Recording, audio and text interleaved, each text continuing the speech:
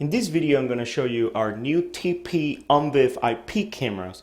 And this particular model is the IPOB-TP2MPIR150L2812. This is our largest TP series bullet camera style, and I'm going to be showing you how it looked like and some of the things that you will find inside the box. So as you can see, this is a large camera, very nice design. You can see the 3 IRs there. It provides sufficient illumination up to 150 feet of distance. Very nice, very slick design. You will have all of your controlling parts right here for the zoom and focus. They are very properly labeled there. If you wanted to open them, this is not just a knob. This is just a protection or a cap that will protect this particular knob against water. You can see that it has a gasket there. So make sure when you adjust your zoom and focus, make sure that you put this back and seal it properly. Also here on the bottom, if you open this, you will find here these two connectors. This connector is not enabled on this camera. This is just, it was part of the circuitry, and we left it in there, but it's not a usable connection. Although it comes with the cable inside the box, it's not usable. This option right here is the LED level. You can increase the LED brightness or the intensity of the LEDs when they are on. So if you wanted to increase the LED lights, you go counterclockwise, and if you wanted to decrease it, you go clockwise. Very easy, and you can see the IRs going, you know, very bright and then going very dim when you adjust them. Make sure that you do this obviously at night so you can see the difference.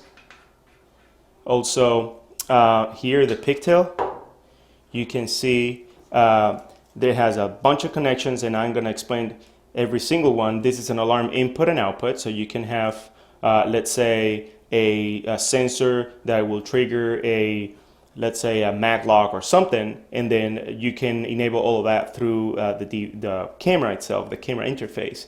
If you wanted to power this camera using 12 volt, there you go. This is the connector. Everything is properly labeled, so you can't miss it. You have a video BNC. You can put a handheld device in here if you wanted to adjust the camera, or you can run a BNC to your DVR if you have an analog system and then you're incorporating IP or megapixel systems on your security devices. Then you can run a BNC connector or a BNC cable to your DVR if you're planning to keep your DVR and NVR in the same place. Here you can see the RJ45s for you to put an Ethernet cable, and then you will power it up that way using a PoE. You don't need a PoE splitter. Also, you will have RS485 for you to connect PTZ if you wanted to control it from the interface of the camera.